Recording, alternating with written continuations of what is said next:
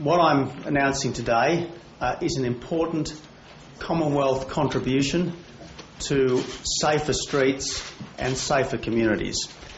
What I'm announcing today is that under a coalition government there would be a national crackdown on gang crime and a national crackdown on knife crime.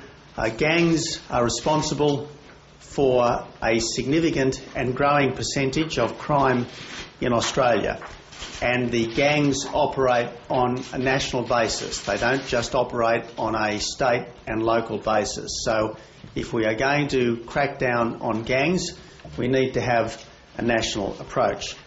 So what we will be doing is establishing a national violent gangs database so that the activities of gangs can effectively be tracked right around Australia, and we will be establishing a national violent gangs squad under the auspices of the Australian Crime Commission that will lead a national fight against violent gang crime.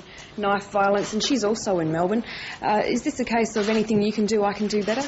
Well, the interesting thing about the front page of the Herald Sun is that most of the weaponry which was nominated there is in fact already on the restricted importation list. So there was almost nothing new in this. It was typical spin from a government which are world champions at spin.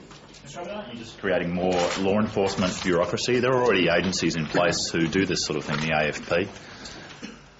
Again, I'll invite you to talk to Jim Torr about this, because we've crafted this policy in close consultation with people who are actually working in the field, but a large component of the National Violent Gang Squad would comprise officers who have the ability to be crime fighters. They won't be bureaucrats, they'll be sworn officers, they will be crime fighters. It's unfair to say that the Labor states have failed on this issue. I mean, New South Wales and South Australia have introduced laws which they've been criticised for because they're so tough.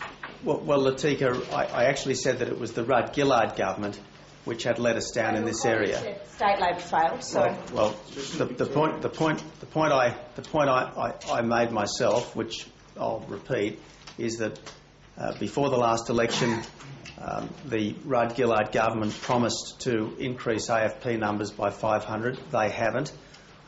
In addition to failing to honour that promise, they've also reduced funding and staffing for the Australian Crime Commission.